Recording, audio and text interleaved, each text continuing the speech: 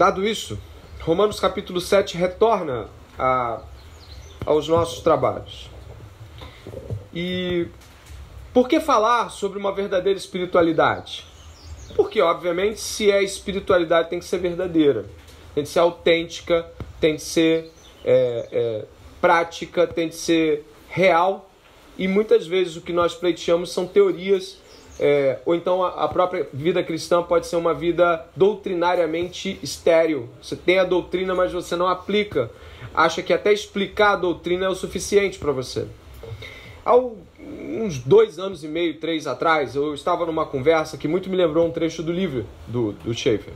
Eu estava numa conversa, a gente estava começando o trabalho de plantio da igreja, e eu estava numa conversa com pessoas que estão aqui hoje também, algumas, e nós estávamos falando sobre as coisas que nós fazíamos nas nossas antigas congregações, e a gente estava falando dos absurdos que às vezes a gente fazia.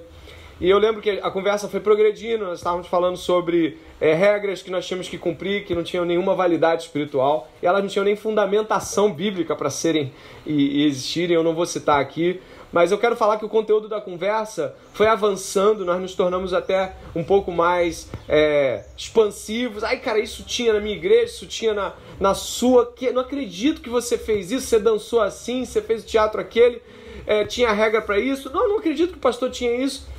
E nós fomos caminhando. Em dado momento, uma pessoa levantou uma frase que foi muito salutar, e eu gostaria que você pudesse imaginar a reação de alguns, ou pelo menos a minha, naquele momento. A pessoa falou assim: eu acho que esse negócio de um monte de regras não faz nenhum sentido. O importante é a consciência da pessoa.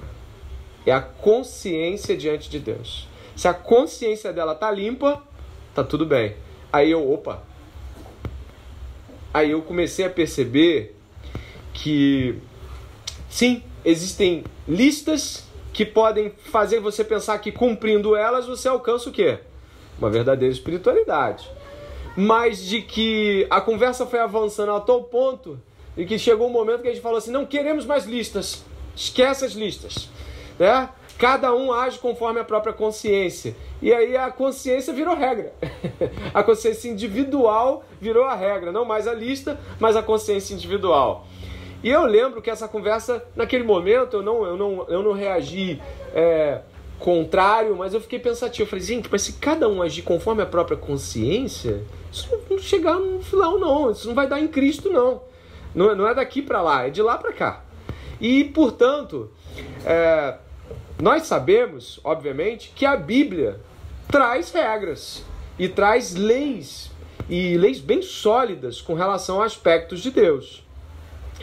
E naquela conversa eu percebi que a nossa tendência ou é a extrema legalidade ou a extrema banalidade quanto às regras. Ou a gente se posiciona em temos regras, fechem a boca e cumpram, ou às vezes a gente se posiciona em olha, o importante é o que está na consciência do irmão. Né? O importante não é o que o irmão fez. Se destruiu tudo, se fez uma arruaça, se tá, não importa. E aí eu percebi que nós temos problemas com regras, porque nós não sabemos lidar com o equilíbrio delas, e nem tampouco se elas têm alguma validade. Às vezes a gente não sabe se elas têm alguma validade. E eu gostaria que os irmãos pudessem lembrar, e aí a gente já vai conduzindo paulatinamente os olhos para o texto, de que a Bíblia tem no seu núcleo central os 10 mandamentos. E os 10 mandamentos são regras, sim, são leis fixas. Elas não são mutáveis, elas são regras mesmo. E ao lidar com a ideia de que a Bíblia tem no coração, no centro dela, um aspecto que denota regras, os 10 mandamentos, como vocês sabem, traduzem o caráter de Deus. E ao traduzirem o caráter moral de Deus, apontam para como nós devemos desempenhar a nossa vida em termos de caráter moral também. E como devemos fazer para com o próximo. Então, os 10 mandamentos não são descartáveis. Não são uma lista que eu posso substituir pela minha consciência. Os 10 mandamentos são reais, não são maus. E aí, Paulo vem no verso 7 nos trazer essa questão, né? Ele vai falar assim, olha, que diremos, então, que a lei é pecado? Ele responde, sim, ele responde dizendo o quê? De modo nenhum. Você pode completar quando for assim. De modo nenhum. Mas eu não teria conhecido o pecado a não ser por meio da lei. Paulo está dizendo, opa, peraí, eu sei que eu comecei aqui há alguns instantes, como diz o capítulo 7, falando de que a lei morreu em Cristo. Cristo é aquele que casou conosco, aquele que aboliu a lei, e de que nós não devemos mais estar casados com a lei. Ele vai falar aqui sobre casamento, trazendo uma analogia do fim da lei, né? De que Cristo, esse novo casamento que Cristo tem com a igreja, ele não é mais com a lei, não é sobre o cumprimento da lei por parte de nós, mas por parte dele. E daí, a gente pode ficar bem soltinho, né? Falar assim, a lei foi cumprida, vamos fazer o que quisermos da nossa vida. A lei, aquele problema que a gente tinha da lei foi resolvido. E Paulo falou, não, a lei não é ruim, a lei é boa. A lei, se eu não fosse a lei, eu não sabia que eu estava errado. E a partir daí, Paulo vai desenvolver uma argumentação que precisa, fundamentalmente, estar nos nossos olhos de modo bem fixo. Ele vai salientar não os 10 mandamentos, ele não vai pegar os 10 mandamentos, ele vai pegar um mandamento. E olha o que ele vai dizer. Porque eu não teria conhecido a cobiça se a lei não tivesse dito não cobiça. Mas o pecado, aproveitando a ocasião dada pelo mandamento, despertou em mim todo tipo de cobiça. Porque sem lei, o pecado está morto. Ele está mostrando que a lei tem, objetivamente, algo bom. Além de demonstrar o caráter moral de Deus, a lei mostra o nosso caráter moral caído. Então ela é boa, ela tem uma boa serventia. Ela não é para ser jogada fora. Pessoas que brincam com as leis de Deus, não, Jesus já pagou tudo por nós, a gente segue vivendo do modo como dizer, é uma graça barata, diria o Bonhoeffer, é uma graça barata. Não é assim que se vive. Mas existe algo aqui que Francis Schaeffer salienta como algo extremamente sério. O fato de Paulo não ter usado o decálogo, os 10 mandamentos. Paulo usou um mandamento. E esse um mandamento que Paulo usou tem um propósito, tem um objetivo de por que Paulo usou um e não os 10. Nesse momento aqui, se você puder avançar, 9, houve um tempo em que sem a lei eu vivia. Preste atenção, embora ele esteja usando a expressão a lei, ele já citou o mandamento que ele quer que você pegue com os olhos. Qual é? A questão da cobiça. Ele está citando a lei, mas ele ressaltou um mandamento. Aí ele quer que você olhe para este mandamento. Houve um tempo em que sem a lei, ou seja, sem o mandamento supracitado, eu vivia. Mas quando veio, olha o singular, né? Quando veio o mandamento, o pecado reviveu e eu morri. O que aconteceu? Vou usar as próprias palavras do Schaeffer aqui. Paulo estava indo bem. Ele olhou primeiro o quê? Não tem outros deuses. Beleza, só o Senhor. Segundo, não faça imagens. Dá, tranquilo, a gente resolve isso. Terceiro, não tome o nome de Deus em vão. Dá para resolver, hein? E o quarto? Guarde o sábado, o dia de descanso. Beleza. E o quinto? Aí o sexto, e o sétimo, e o oitavo, e o nono. Sabe o que dá para fazer com esses 9? Dá para guardar a vista dos outros. As pessoas conseguem ver a gente não matando. As pessoas conseguem ver a gente não mentindo. Dá para esconder. As pessoas conseguem ver a gente com bastante esforço honrando o pai e a mãe. As pessoas conseguem ver a gente tentando se esconder de tal forma que fala assim, ele não adultera, ele não rouba, ele não faz imagem. Então, Paulo vai dizendo, eu estou indo bem, eu estou indo bem, eu estou indo bem. Só que veio o 10º mandamento. E o 10º mandamento derrubou ele. As palavras de Schaeffer para essa afirmação, onde eu começo a pegar no ponto central da nossa discussão, e preste bem atenção, não se disperse com nada. Deus está escolhendo falar isso com você e comigo. Schaeffer fala assim, falando como se fosse o próprio apóstolo. Ele fala assim, eu não sabia que eu era um pecador. Eu pensava que ia me sair bem, eu ia conseguir desempenhar bem esse papel de cumprir os mandamentos. E eu guardava essas práticas externas, estava indo muito bem comparada a outros tipos de gente. E quando chega o 10º mandamento, Paulo morreu. Por quê? Por que o jovem rico estava lá diante de Jesus? Marcos capítulo 10. Ele se apresenta diante de Jesus como?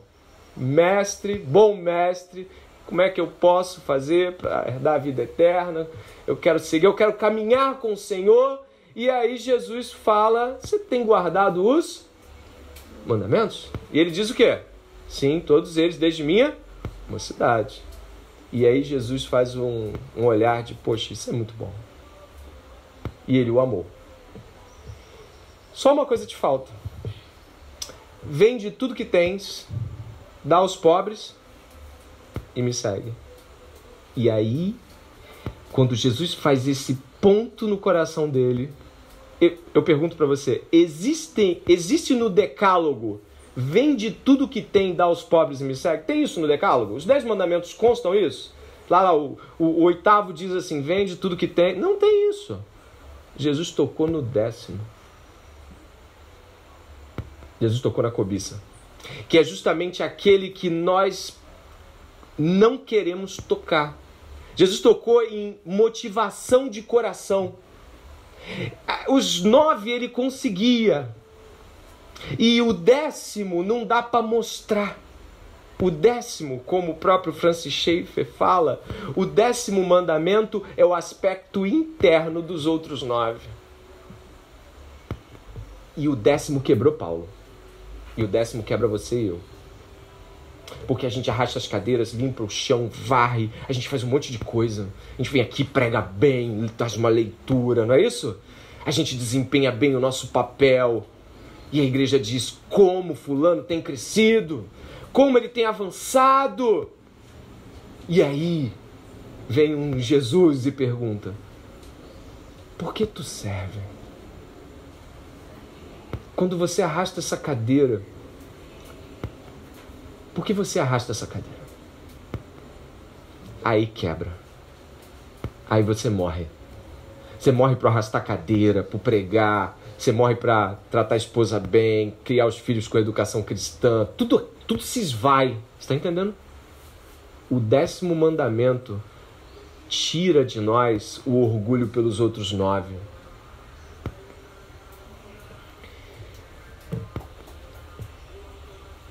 A cobiça, não cobiçarás, do último mandamento, você deve ter percebido que ele é dos mais longos. Não cobice a casa, a mulher, o animal, terra. Não cobiça nada. Cobiçar é algo que está interno a todos os pecados.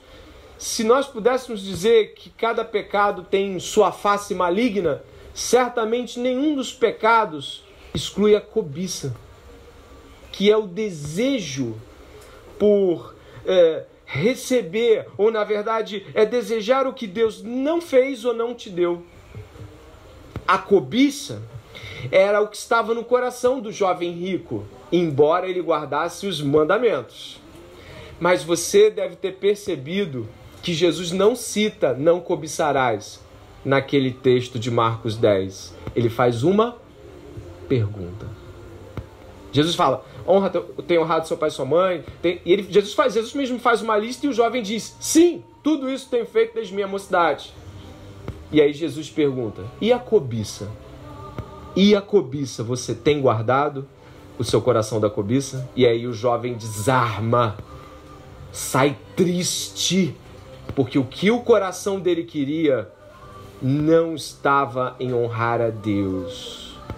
E isso é muito sério, porque quando nós estamos diante de Deus nessa manhã aqui, ainda que no começo dessa pregação, Você já deve ter percebido que a palavra cobiça não é nova no seu vocabulário e de que o 10º mandamento não é desconhecido na sua vida cristã. Ele, inclusive, pode ser muito mais facilmente explicado do que criação, queda e redenção, ou aspectos internos do reino de Deus, questões como a igreja visível, invisível, pacto. Tudo isso é mais difícil de explicar do que a cobiça. Mas ainda assim, a cobiça é que matou Paulo. Eu andava bem, eu estava indo bem, mas em determinado momento, o 10º mandamento perguntou ao meu coração qual era a motivação dos meus desejos. E deixando muito claro que é a cobiça e o que é um desejo legítimo. Um desejo legítimo é um desejo que começa em Deus sendo exaltado e o próximo sendo beneficiado. Isso já dá uma margem de absurdos erros para os seus e os meus desejos. Pense aí. Por que eu quero isso? Para que Deus seja honrado? De que modo Deus pode ser honrado querendo isso? Por que eu quero isso? De que modo o próximo pode ser abençoado, beneficiado com isso? Isso já exclui muitos modos pelos quais alguns aqui escolheram seus trabalhos, profissões. Alguns aqui pensam em escolher seus cônjuges. Alguns aqui pensam em fazer coisas ainda esse ano. E talvez estejam se dando conta de que sequer cogitaram a ideia de Deus ser honrado e do próximo ser beneficiado. Porque essa é a base do decálogo. A Deus e ao próximo. E aí você tem a peneira certa para a cobiça. Eu começo com a primeira afirmação central a isso. A verdadeira espiritualidade, ela é marcada por uma luta implacável, irredutível e sem tréguas contra a cobiça. A luta contra a cobiça, esse é o primeiro capítulo do livro Verdadeira Espiritualidade. Ela é central a uma verdadeira espiritualidade. Só é possível dizer que se está buscando fazer a vontade de Deus quando o que eu estou buscando não é cobiça, pessoal. Há dificuldades nisso, porque toda a obra a ser feita, ela está fundamentada em fazeres extremamente necessários. Nossa irmã está aqui no computador, outros irmãos arrumaram tudo isso.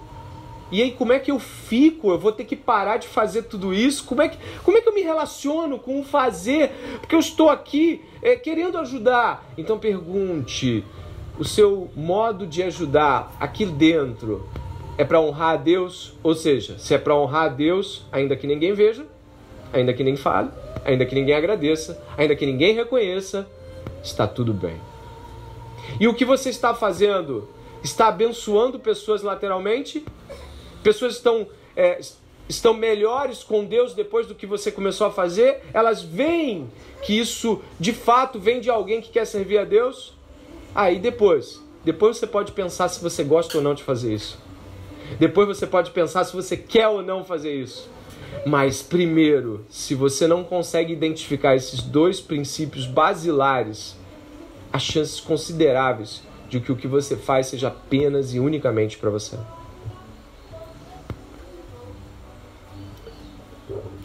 E vou mais além. Quantos de nós confessam a cobiça com frequência? Já confessou pecado? Levanta a mão. Concorda teologicamente que todo pecado tem cobiça? Então por que quando confessamos pecado, confessamos apenas o erro e não a motivação do erro? Por que quando confessamos os nossos pecados, falamos, admito, falhei? Por que não fazemos assim? O meu desejo era esse. Porque a ignorância não pode ser admitida como uma virtude de diminuição do pecado.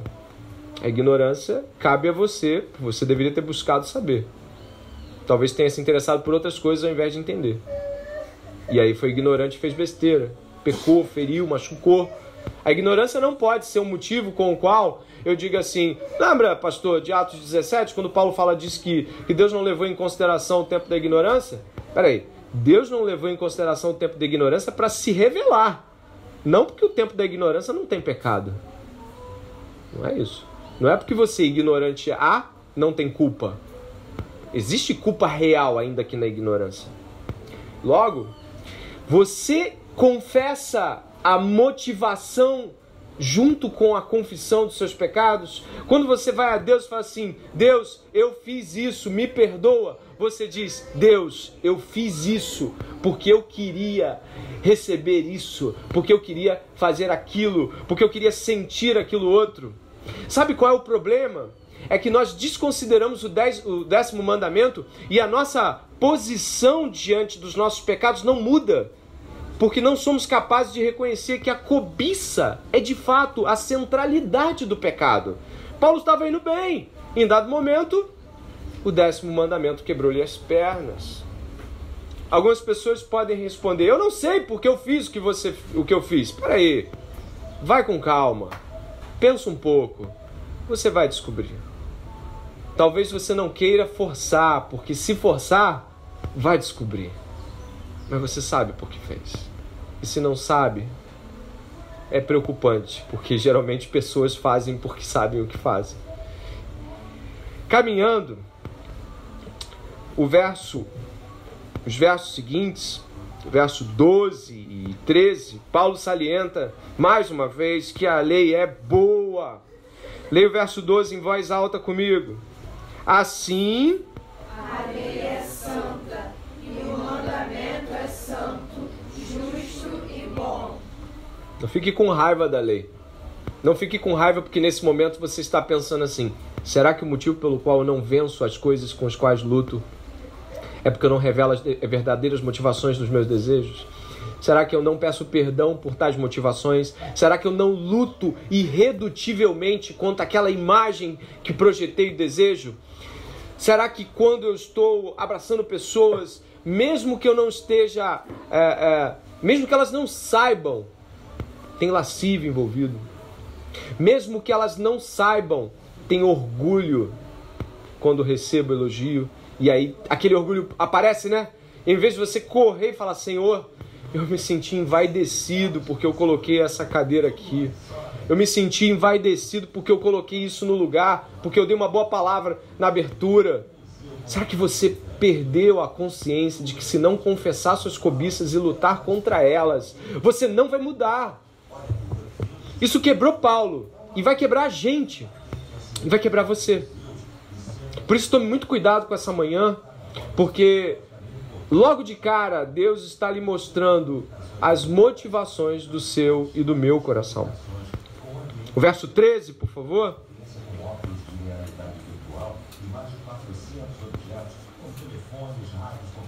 O verso 13 avança na seguinte forma: então, aquilo que é bom se tornou morte para mim? De modo nenhum. Pelo contrário, o pecado, para mostrar-se como pecado por meio de uma coisa boa, causou-me a morte, a fim de que pelo mandamento o pecado mostrasse toda a sua força de pecado. Sabe o que Paulo está dizendo aqui?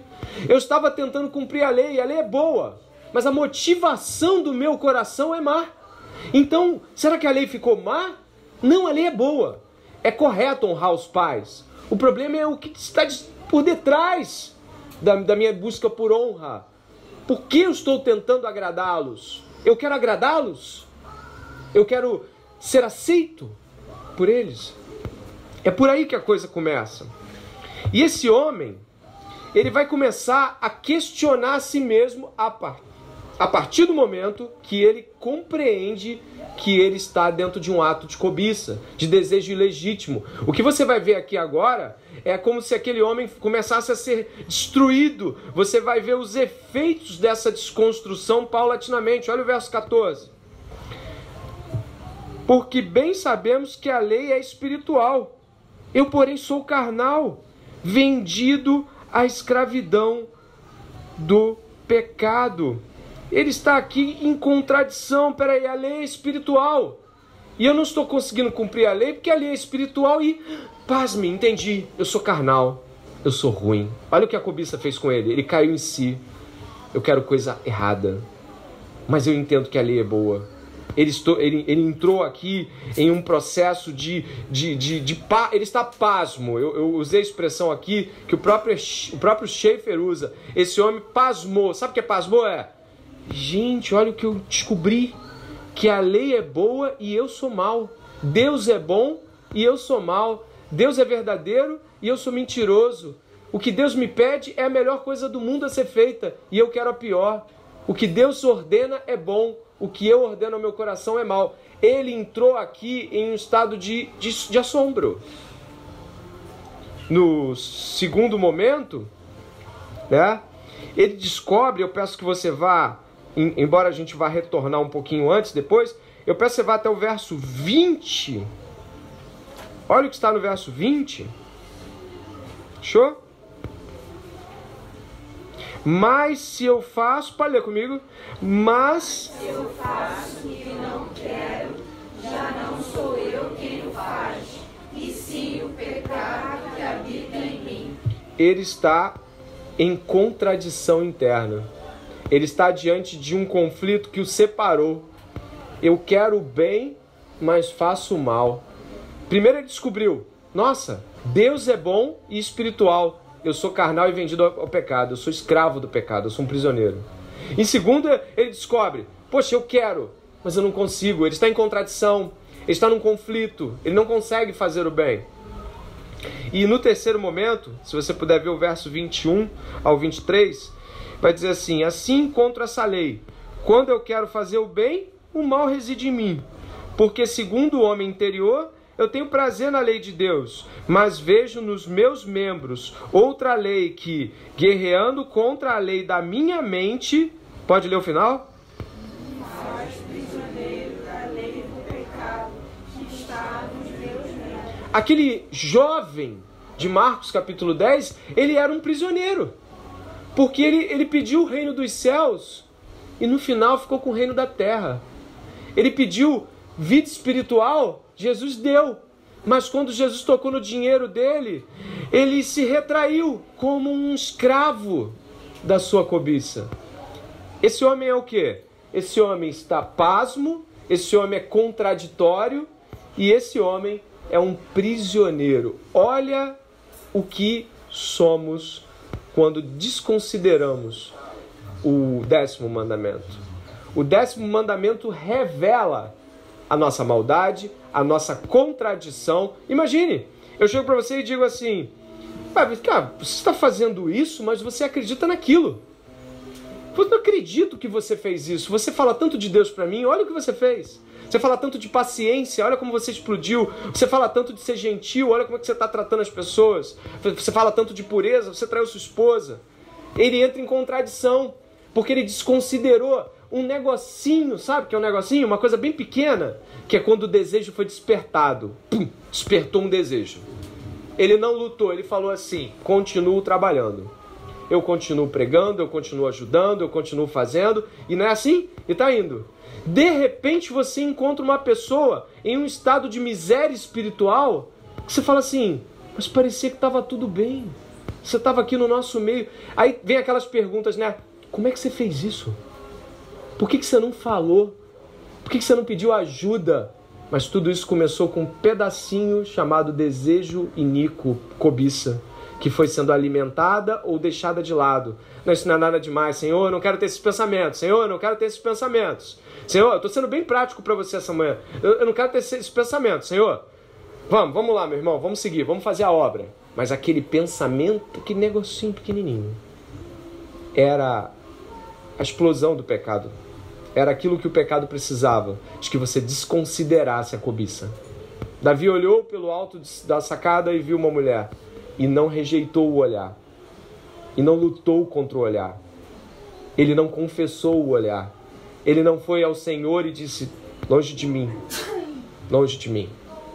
Ele aceitou a cobiça, e daí toda a projeção do pecado foi sem parar. E um homem pasmo, contradito e prisioneiro, basicamente está dizendo, eu não consigo me livrar disso. Eu não consigo parar de pensar em como eu estou pensando. Eu não consigo... É como se fosse assim, algumas pessoas dizem assim, a fulano tem um coração fraco. O outro diz assim, ele se entrega demais, ela se entrega demais. Todos nós somos idólatras de coisas diferentes. Todos nós nos damos a idolatrias diferentes. Ainda que elas não sejam as mais evidentes a outras pessoas. Mas isso também começa em um desejo que você não confessou, que você não entregou a Deus, que você não lutou irredutivelmente. Aí aquele estrago que o pecado fez depois é a externalidade de algo que você desconsiderou. E agora? Aí você fica numa situação, e o que a gente faz? Tá todo mundo aqui com problemas nessa manhã. Todo mundo entendeu sua cobiça. Eu, particularmente, como pastor, se eu pegar as confissões que eu ouço de pecado, 10% delas revelam a cobiça. Isso se eu perguntar. A pessoa geralmente traz, eu fiz isso. Entendeu? Ela não diz, eu fiz isso por causa daquilo. Aí com muita insistência isso incomoda o pecador, te incomoda, me incomoda, não é? Mas você fez por quê? Porque a gente não quer revelar, não é? Então você fez por quê? Por que você fez? Não tem porquê. Não era isso. E aí você vai tentando tirar a ideia de que no fim das contas o que você queria era para você. No que você queria era fazer algo que trouxesse prazer e benefícios e que ninguém soubesse, que tivesse uma baita aparência de espiritualidade. E agora? Francis Schaeffer vai buscar a resposta para isso em Efésios capítulo 5, verso 3 e 4. Vai ser projetado aqui, mas você pode me acompanhar. Por favor, se entregue à palavra de Deus. Por favor, não se conforme em apenas aprender o que estamos falando. Comece agora a arrazoar o seu coração e falar, por que eu quero essas coisas? Por que eu não confesso as coisas de fato no seu cerne? Por que eu não trago à luz a malignidade da cobiça? E eu vou lhe dizer uma coisa. A confissão do pecado às vezes assusta quem ouve o outro lado. Mas a cobiça assusta muito mais. Quando você descobre assim, então você fez isso por causa disso. Aí que você fica mais assombrado. Você não fica chateado de alguém falar assim, olha, eu queria confessar aqui que eu fui rude com o irmão, porque eu estava fazendo uma coisa assim e ele pediu para fazer a outra, eu me explodi, eu fui rude com o irmão. Por que você foi rude com o irmão? Não, eu fui rude com o irmão, eu sei que é errado ser rude, eu sei que é errado ser bruto com o irmão, eu vou pedir perdão, irmão. Peraí. O que você quer? Como você gostaria de ser tratado? Não sei. Não sei. Eu acho que não tem nada demais. Não, você sabe. Você sabe que gostaria de ser reconhecido como alguém que está fazendo certo, que você não quer que ninguém mais faça, para que só você receba a glória. Não, pastor, não é isso. Então é o quê? Ninguém é rude assim do nada. Fala seu campo de motivação, fala sua cobiça. Efésios capítulo 5, verso 3 e 4 trazem o que Schaeffer chama de a resposta contra a cobiça. Leia comigo. Que a imoralidade sexual e toda impureza ou avareza não sejam nem sequer mencionadas entre vocês, como convém aos santos. Não usem linguagem grosseira, não digam coisas tolas nem indecentes, pois isso não convém. Pelo contrário, digam palavras de ação de graças. No grego original, a ação de graças, o digam, está em confronto com todo o texto anterior. Peraí. Aqui digam é deem. Algo como, objetivamente, vão na direção de ações de graças. Ações de graças estão em contraposição a toda a argumentação anterior. Imoralidade insexual, impurezas de todo tipo, avareza, ou seja, mesquinheza, gente que não divide, coisas que nem sequer devem ser mencionadas como práticas de cristãos. E vai mais, linguagem grosseira, tolas, indecentes, tudo isso está versus dar graças. dar ações de graças, dizer a Deus o quão tu é grato, revelar-se grato. Ações de graças aqui está em contraposição a toda a cobiça e toda a mentira que o pecado promete. Ações de graças são a resposta à cobiça. O confessar vai ser importante. Preste atenção, confessar vai ser muito importante. Diagnosticar a mentira dentro do seu coração e ser capaz de confessá-la vai ser muito importante, mas não vai vencer se você não obtiver uma atitude de ações de graças, dar graças, demonstrar-se grato, ser grato. Isso combate toda essa imundícia que está no nosso coração. Efésios capítulo 5, verso 20, também está nessa mesma proporção. Se você puder olhar, olha o 18, 5:18 de Efésios. E não se embriaguem com vinho, pois isso leva à devassidão, mas deixem-se encher do Espírito, falando entre vocês com salmos, hinos e cânticos espirituais, cantando e louvando com o coração ao Senhor, dando sempre graças por tudo a nosso Deus e Pai, em nome de nosso Senhor Jesus Cristo. Sabe por que as pessoas se embriagavam no primeiro século? Pelo mesmo motivo que se embriagam hoje. Para ficarem alegres, para ficarem festivas, sociáveis como o mundo gosta. A embriaguez aqui é contraposta à alegria, ao Espírito Santo e à ação de graças. Isso está nos apontando para outros textos bíblicos e a gente vai afunilar mais a questão. Vai em 1 Tessalonicenses, capítulo 5, verso 18. Show? Diz assim a palavra do Senhor: em tudo, o quê? Deem graças, porque esta é a vontade de Deus para vocês em Cristo Jesus. Em tudo, em toda situação, em toda disposição de vida, tribulação, ou seja lá o que você estiver passando, dê graças. Agora vamos cabalmente a Romanos 1, 21. Show? Romanos 1, 21 diz assim: porque tendo o conhecimento de Deus, não o glorificaram como Deus, nem lhe deram graças. Pelo contrário, se tornaram nulos em seus próprios raciocínios, e o coração insensato deles se obscureceu, dizendo que eram sábios, se tornaram tolos, e trocaram a glória do Deus incorruptível por imagens semelhantes ao ser humano corruptível, a aves, a quadrúpedes e aos répteis, por não terem dado graças. Tinham capacidade de fazê-lo pela revelação proporcionada por Deus e, portanto, a resposta é gratidão. Mas quando a gratidão não está lá, a cobiça está. Quando a gratidão não se estabelece, a cobiça se estabelece. E aqui é perceptível que a fala do 1:21 vai dizendo que se tornaram nulos em raciocínios, ou seja, capacidade de pensar e interpretar. O coração se tornou obscurecido, os desejos do coração foram revelados e esse homem se entregou à idolatria de todo tipo. A cobiça é contraposta sempre pela gratidão genuína. É sempre a gratidão que derruba o nosso coração quando ele pensa em cobiça. A cobiça é querer além de Deus. A gratidão é contentar-se com Deus. A cobiça é querer além do que Deus deu. A gratidão é contentar-se com aquilo que Deus deu. A cobiça é ir além para obter aquilo que você acha que merece.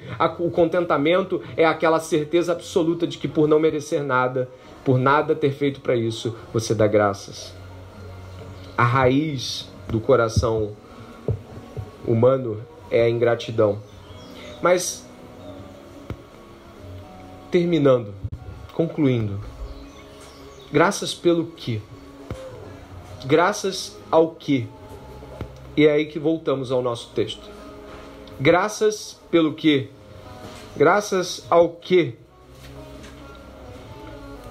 O homem descrito pelo apóstolo Paulo, você lembra?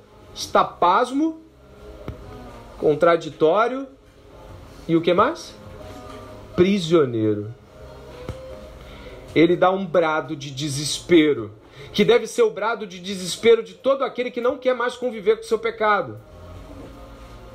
Preste atenção, Deus está falando conosco que temos cobiça em nosso coração e de que ela não tem sido revelada. Por isso que ele trouxe essa primeira palestra. Eu não acredito em aleatoriedade vinda de Deus. Deus está apontando para mim, para o André e para cada um de nós, dizendo: quando você confessa, não confessa a disposição do seu coração. E por isso está continuando errando naquilo que queria tanto acertar. Você queria tanto seguir a lei de Deus. Você queria tanto ser correto. Mas quando está diante de uma confissão, diante de olhar para si mesmo, consegue ver apenas a exterioridade do seu ato. Mas a interioridade permanece. E aí, Paulo dá um brado. Esse homem que Paulo descreve dá um brado aqui. Olha o desespero dele. Miserável, verso 24. Miserável homem que sou, quem me livrará do corpo desta morte? Ele entende a prisão. Ele entende que se encontra em uma disposição de prisioneiro. Não tem como sair. Mas aí ele vem com o verso 25. Leia em voz alta. Graças a Deus por Jesus Cristo, nosso Senhor. Pare aí. Graças a Deus por quem? Por Jesus Cristo. Ele não falou, graças a Deus que eu recebi esse livramento. Graças a Deus que Deus me deu o pão. Graças a Deus porque eu tenho onde estudar. Preste atenção. Graças a Deus. Ou então não é para agradecer isso. Não. Isso tem um lugar de gratidão.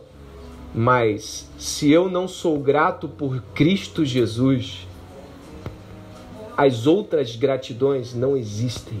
São meras capas.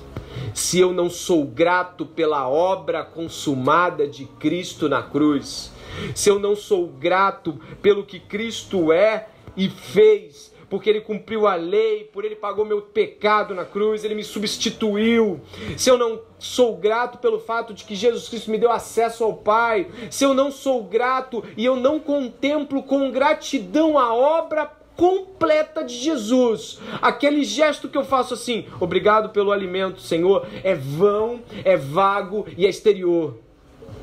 E o único motivo é que você não quer que as pessoas não te vejam como um religioso que ora na hora do almoço.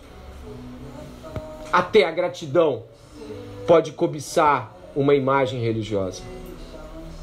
Se eu não sou grato pela obra de Jesus na cruz, se eu não sou grato pelo que Ele é, por quem Ele é, pelo que Ele fez por mim, nenhuma gratidão pode existir e nenhuma cobiça pode ser vencida.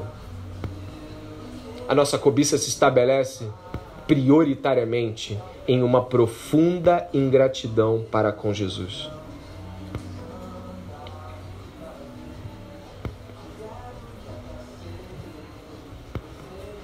Quando olhamos para essa realidade, e Paulo chama, se você deve ter percebido no verso 25, nosso Senhor. Ué, Senhor é aquele que ordena, é aquele que manda. Não é mais o Senhor pecado, é o Senhor Jesus. Então, concluindo e tentando, ainda que nesses últimos momentos, acessar o seu coração, você é grato pelo que Jesus fez na cruz do Calvário? Você gasta tempo pela manhã, antes do começo do dia, antes das outras gratidões, sabe aquelas gratidões possíveis? O almoço, o jantar, a bênção material, o cliente que veio, o trabalho que recebeu a ligação, o estudo, aquela boa aula que você recebeu, aquela comunhão com o irmão, com a irmã é muito boa. Mas tudo isso vai se tornando uma capa exterior de gratidão, quando a gratidão real não é por Jesus, não é pelo que Jesus fez e por quem Jesus é. Essa gratidão sustenta as gratidões e combate a cobiça. Eu estou contentado com o que Jesus fez e eu não preciso de mais nada. Eu estou pleno com o que Jesus fez, eu não preciso de mais nada. Você está entendendo isso? É abstrato, pastor? É abstrato? É subjetivo? Não. É real. O Espírito Santo nos concede a graça essa manhã de talvez imaginar que nós não nos sentamos em bancos como esse, lemos os evangelhos, aquele afunilamento, aquela angústia do Getsemane, e colocamos as nossas mentes para funcionar, porque Deus nos deu a mente para isso, e a gente vai e fala: Senhor, o que o Senhor passou não é nada perto do que eu passo. Senhor, a cruz, que angústia, que luta. E aí eu começo a conversar com Jesus sobre o que ele passou. E aí eu começo a ver que ele voltou. E ele perdoou. E aí eu começo a olhar e falar assim: poxa, Jesus, mas eu estava aqui agora há pouco eu estava cobiçando um elogio. Eu estava entregue a um sentimento de inferioridade porque as pessoas não falaram comigo. Olha o que fiz contigo. A obra consumada de Jesus estabelece acima das nossas mediocridades. O que Jesus fez, o que Jesus é, ganha corpo e força. E aí eu começo a pensar assim: entendo. Quase não considero essas coisas profundamente. Quase não penso sobre elas continuamente. Não gasto tempo, imaginação, sentimentos e devoção. E é por isso que estou envolvido em tantos sentimentos sujos e implacáveis. Sabe, meus irmãos, nessa manhã eu fico pensativo. Não se essa palavra alcançou a todos, porque pode ter alcançado 1, 2, a mim. Mas eu fico pensando de que modo nessa manhã podemos nos retirar e olhar para tudo isso, e principalmente olhar para aqui e para aqui, e sair daqui mais gratos pelo que Jesus é e pelo que Jesus fez. E então vencermos nossas cobiças. Tudo que Ele é, tudo que Ele fez, dá-nos a plena certeza de que podemos vencer nossas cobiças. E eu peço que você, nessa oração, agora comigo, terminando esse momento, se você se sentiu inclinado pelo Espírito Santo e viu a necessidade de confessar diante de Deus as suas cobiças, sabe que agora o que é cobiça? Vá até Ele em oração. Afaste-se. Se você não tem nenhum serviço, ainda que tenha, faça ao menos pensando no que você está ouvindo. Talvez você esteja cansado daquele pecado, né? Daquele pensamento repetitivamente que te destrói, que te leva à condição pecaminosa externa, não é? Mas talvez você nunca tenha pensado na verdadeira confissão, no verdadeiro agradecimento, na verdadeira obra de Jesus. Procure seu discipulador, procure a sua discipuladora. Vejo que tem pessoas chorando, emocionadas. Tenho certeza que sua lágrima pode ser sincera e real e profunda, mas ainda assim são só lágrimas se não confessar e deixar e não se contentar em Jesus. Procure pessoas, mas principalmente procure Jesus essa manhã. Depois confesse. Abandone o seu orgulho, esse modo de externalidade espiritual, e venha para uma verdadeira espiritualidade. Ore comigo, concentre-se. Senhor Deus e Pai, graças te damos pela tua bondade e pelas tuas misericórdias na cruz do Calvário. Ah, Senhor, como eu e os irmãos aqui estamos talvez com o coração pesado, existem pessoas chorando, existem pessoas atribuladas, com olhares angustiados, buscando compreender, Senhor, porque se enfiaram em sujeiras tais como, porque têm pensamentos repetitivamente pecaminosos e muitas vezes atribuem isso a experiências do passado ou mesmo ao tempo que gastaram com sua maldade. Mas, Senhor, o Senhor nos aponta de que a nossa cobiça, o nosso olhar podre e sujo para aquilo que o Senhor não quer, não fez e não nos dará, esse olhar nos domina muitas vezes e aí sim, Deus, buscamos fazer coisas boas para esconder coisas más. Buscamos fazer coisas elogiáveis para esconder o coração sujo, para esconder a verdadeira intenção de nossos corações. Nessa manhã, a igreja aqui reunida, Senhor, clama por misericórdia ao Senhor. Do mais velho ao mais jovem, homens e mulheres estão pensando: mas como posso confessar tal coisa? O que as pessoas vão pensar de mim? O que as pessoas vão pensar de mim? O que o pastor, os líderes vão pensar de mim se eu falar isso? Nunca mais vão me deixar perto de determinadas pessoas. Nunca mais vão me deixar fazer determinada coisa. Nunca mais vão confiar em mim. Senhor, isso é imagem. Isso é aparência. Isso é tentar cumprir os 9 mandamentos e excluir o 10º para que não tenha problemas com os outros. Isso não é fé. A verdadeira fé na obra consumada de Cristo nos dará a garantia de, se confessarmos e deixarmos, alcançaremos misericórdia. A obra consumada de Cristo nos dá a certeza de que ninguém passou coisa pior que Ele e ainda assim perdoou e ofertou amor. A obra de Jesus Cristo nessa manhã está furando os nossos corações e nos dando a certeza de que já deixamos nossas cobiças em cantos escondidos das nossas confissões. Praticamos o ato e apenas falamos que fizemos, mas jamais porque fizemos, mas jamais lá dentro, mas jamais lá onde ninguém pode ver, porque se virem e se ouvirem e se tentarem descobrir, eu jamais serei visto como cristão. Talvez esse, Pai, tenha sido o erro de muitos de nós nos últimos meses e anos. Uma tentativa implacável de esconder a própria imagem. Mas o Senhor viu, e essa manhã o Senhor nos mostra a condenação do pecado e a possibilidade de que a obra de Cristo seja a base de todo contentamento, de toda ação de graça. Ah, Senhor, quiséramos nós, miseráveis homens e mulheres que somos, quiséramos nós poder sair desse corpo de pecado e receber o corpo glorificado já agora. Mas isso não é possível. E ainda estamos sobre o corpo de Adão.